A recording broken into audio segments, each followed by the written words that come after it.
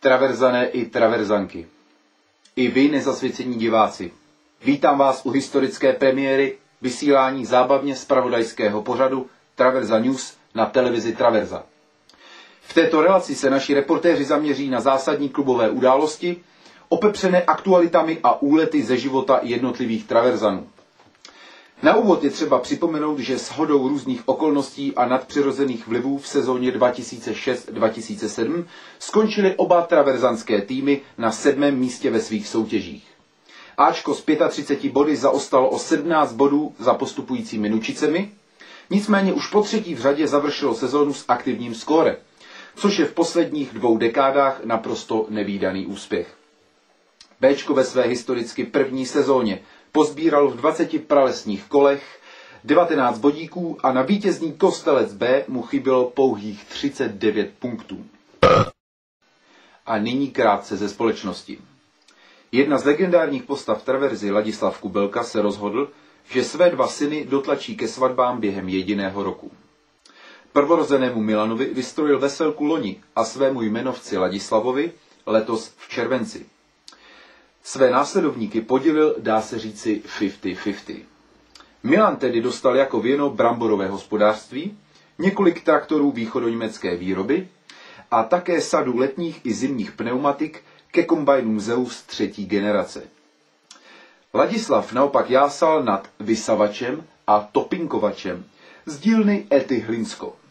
Díky, táto, to je bomba, nešetřil vděčností při vybalování obou darů. A my se nyní v krátké reportáži podíváme na zlatý hřeb jeho svatebního obřadu v režii Alexeje Kotěnočkina.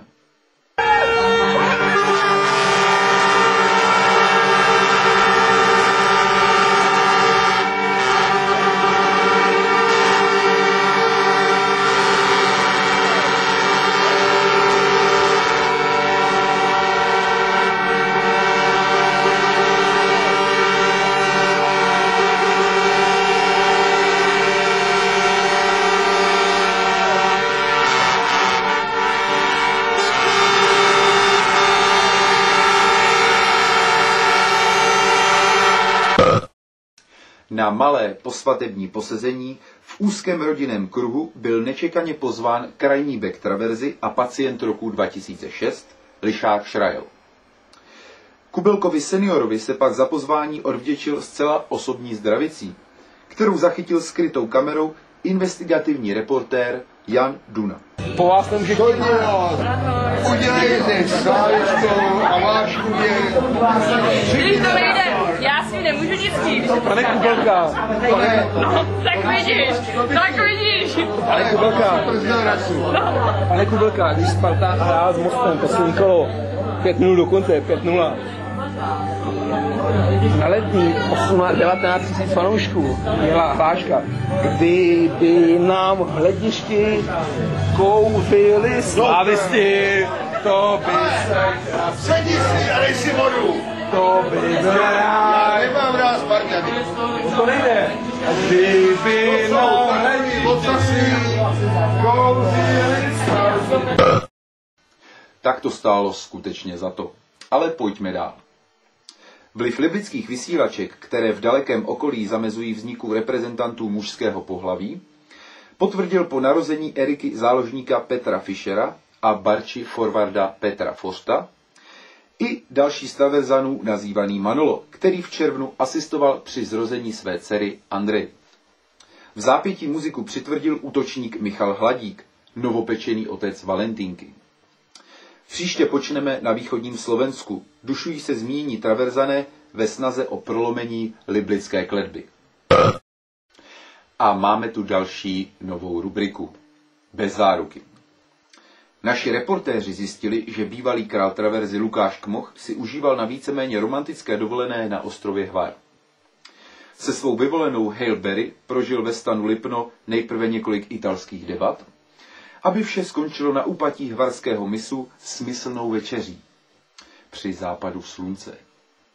Bylo to úžasný, asi si to čuprkotě vezmu, prohlásil údajně kanonýr nad 18. sklenkou Savignonu, který mu číšníci nepozorovaně řezali vodkou. Léto romancím skutečně přálo. A Jan Duna odhalil i další velkou bombu. Při cyklistické výšce v rámci přípravy našel v brdských vrších novou motivaci kapitán A týmu Vozejkuš. Nazval jí Mníšek a ihned s ní vyjel na dovolenou do Dubrovníku, kde si od Mníšku nechal dokola vyprávět intelektuální anekdoty o medvících, hroších a žábách. A směje se jim dodnes. Tohle jsem nikdy nezažil, svěřil se prý kapitán přátelům u takzvaného Lubanova zpovědního stolu. Mužem mnoha výstředních povolání je na traverze krajní bek a přírodní úkaz Hans Pakandl. Jeho nejnovějším hitem je kácení lesů a dovážení otopu do chatových krbů středočeských onasisů. Dřevorůbec Hans si nový job nemůže vynachválit a z lesů se prakticky nehne. Mohutné kmeny sváží na vozíku za svým zánovním favoritem Turbo 4x4 a zakázky se mu v chladnějším létě jen hrnou. Je to zlatý důl, hajny mi jdou na ruku, už brzy si pořídím nákladák, prohlásil věčný Snílek. Jako autor stál již za spoustou úspěšných megaprojektů, jakými byla Česká zahrádka, půl litr pro leváky, pivní brčka pro nuzné alkoholiky či prodej venkovského vzduchu městským dětem v lahvích od okurek. Víkend v plamenech prožila faninka roku 2006 a vícemis Rostoklad Róza Pakandlová. Bylo to doslova peklo, ještě teď se celá třesu, přiznala vystrašená Róza. Při výletu za přítelkyní v jednom ze žlutých traverzomobilů francouzské výroby jí před úvaly začala vypovídat službu světla a vůbec elektrické rozvody. Róza se proto rozhodla vrátit, když v tom se ve voze objevil dým a z motoru vyšlehly plameny. Šokovaná Róza na poslední chvíli unikla i se svým novým psíkem ze zadýmaného automobilu a navzdory dávivému kašli se snažila přivolat pomoc. Nakonec za vše mohla fatálně přetržená hadička od oleje. Co mi na to řekne Kuba? Zaškala bývalá vícemis do nastavených mikrofonů a slzy jí přitom rozmazávaly make-up v umouněné tváři. Vraťme se ještě ke sportu. Jako vždy kvalitně obsazený přípravný turnaj v Břežanech skončil pro traverzany i při nijak oslnivé sestavě spektakulárním úspěchem. Osudově posílení o nadopovanou karikaturu fotbalisty zvanou Birgul pokořili ve skupině obhájce trofeje a až ve čtvrtfinále je zastavil jeden z favoritů. V monumentální drama antických rozměrů se proměnil turnaj A týmu na Vyžlovce. Po semifinálové porážce od domácích vyvrcholila bitva o bronz s Pacovem až v penaltovém rozstřelu. Ten vychytal Hugas Schläger a s grácií jemu vlastní rozhodl Hans Pakandl. Další z velkých pohárů tak už nyní zdobí nově vymalovanou klubovnu. I následné drtivé vítězství nad Klánovicemi B pak potvrdilo zřejmě novou strategii A týmu. V přípravě byl totiž do útoku opakovaně nasazován Kafů Menšík, jehož drtivé projektily často trhají sítě. Jen klánovického chytače propálil 3krát. Dodejme jen bravo Kafů. Béčko se jako obvykle rozjíždí pomalej. Někteří borci dokonce ani nezaznamenali blížící se start nové sezóny. Na úvod přípravy tým remizoval s dorostem Českého Brodu a v zápětí předvedl doslova klaunské vystoupení v Křenicích. Na prahu 34. sezóny traverzanských dějin však skončíme pozitivně. Na zelený pažit se pomalu, ale jistě vrací hned trio zraněných.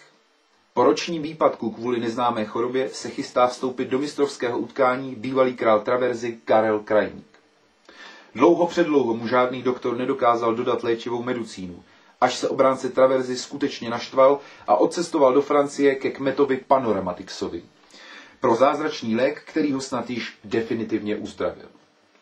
Každou chvíli už se na hřiště podívá i makedonský kouzelník Borče Nikolovsky, kterého bude v závěsu následovat nová duše klubu Péťa Strnad. Naším prvním borcem nakonec je golman B týmu a čerstvý ženáč Ladislav Kubelka. Jeho nezapomenutelné loučení se svobodou se po zásluze stalo momentem léta. Co tady mám napsaný, že budeš ženatý? Žízeň!